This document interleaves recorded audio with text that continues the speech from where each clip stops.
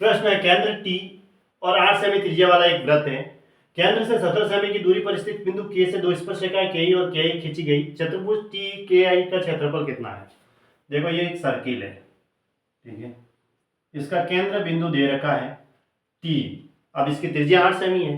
केंद्र से 17 सेमी की दूरी पर एक बिंदु है, 17 सेमी की दूरी पर बिंदु के है।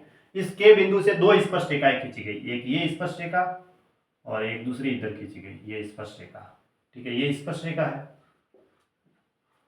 तो चतुर्भुज, इसका नाम क्या दिया, इसमें दो स्पर्श रेखाएं के ई और के आई, एक तो ई और ये आई। तो अब ये चतुर्भुज बना टी ई के आई, यानी कि टी ई के और आई, ये वाला जो चतुर्भुज बना है इसका क्षेत्रफल बताना है, ठीक है। तो ये 90 डिग्री होता है यहाँ पे, तो क्योंकि ये सर्किल के केंद्र से होती है, त्रिज्या होती है, तो है ना, स्पर्श रेखा के साथ, और यहाँ पे भी 90 डिग्री। तो अब ये त्रिज्या 8 है, ये भी इधर 8 दे रखी है, और ये दूरी 17 है, तो 17 है वो 90 के सामने सबसे बड़ी भुजा है। तो समकोण त्रिभुज में 8, 15, 17 का ट्रिपलेट होता है, 8 तो ये 15 हो गई, 8, 15, 17 ये भी कितनी हो गई, 15 हो गई, है ना। तो अब समकोण त्रिभुज के क्षेत्रफल का सूत्र क्या है, 1/2 आधार गुणा ऊंचाई। तो ऊपर वाले का निकालेंगे 1/2, 8 गुणा ऊंचाई तो है 15, ऐसे, क्योंकि 90 के सामने ये तो कण हो गया, ये आधार और ये लंब भी हुए, 1/2 आधार गुणा ऊंचाई से निकालते हैं क्षेत्रफल। तो कितना आया, 1500 का 60, ऊपर वाले का 60 आया, तो इसको 2 से गुणा कर दो, है ना, क्योंकि ये नीचे वाला भी 60 का होगा। तो 60 + 60 कितना हो गया, 120, 120 स्क्वायर सेमी, ये इसका आंसर हो गया। बस ऑप्शन डी सही है, क्योंकि ऊपर वाला अगर 60 है तो नीचे वाला भी ये 60 है, और पूरा जो चतुर्भुज हो गया वो 120 स्क्वायर सेमी का हो गया।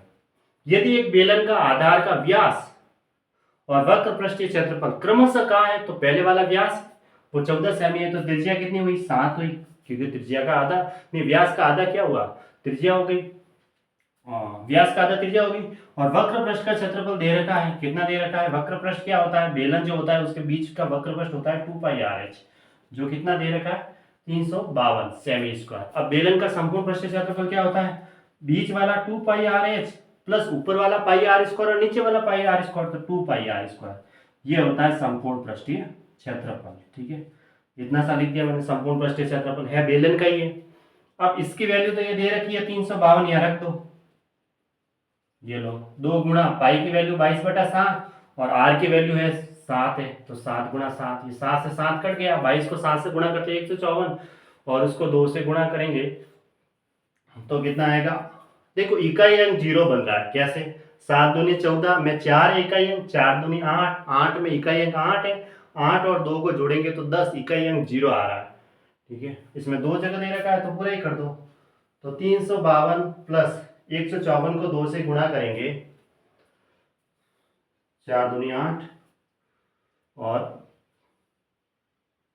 5 दूना 30, तो 352 और 308 कितने हो गए, 660, तो 660 सेमी स्क्वायर, ये इसका आंसर हो गया।